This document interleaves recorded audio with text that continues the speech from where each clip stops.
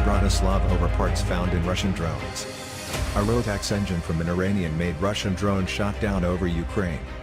As Iranian-manufactured drones are wreaking havoc with civilian infrastructure in Ukraine, dismantling these weapons of war have revealed just how many Western components they contain.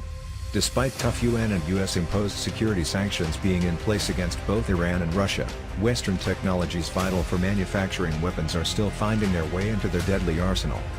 Ukrainian army technicians who have dismantled missiles, drones and ordnance used against their country have found component manufactured in Austria, US, Germany, France, Denmark and other countries in these weapons. More recently, the Austrian-manufactured Rotax 912 aircraft engines were found in Mohajer-6 drones that Russian forces are using against the energy infrastructure in Ukraine, claimed Slovakian news portal Denník N.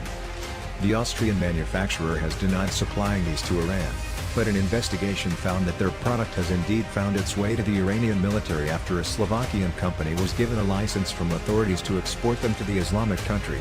A company from the town of Prievidza had exported Rotax engines to Iran as recently as in April this year, as customs officials apparently did not verify whether the items could be used in the production of military equipment.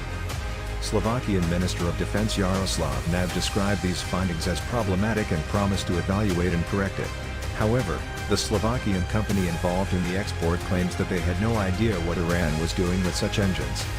While Slovakian politicians have vigorously criticized neighboring Hungary for its stance on weapons shipments to Ukraine, a source from the Czech Republic described Slovakia itself as a hole in the West's security.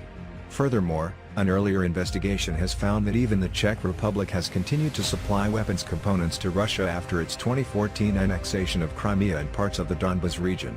Countries such as the UK, Germany and France have sold weapons to Moscow worth €121 million after the 2014 invasion through finding a loophole in the weapons embargo.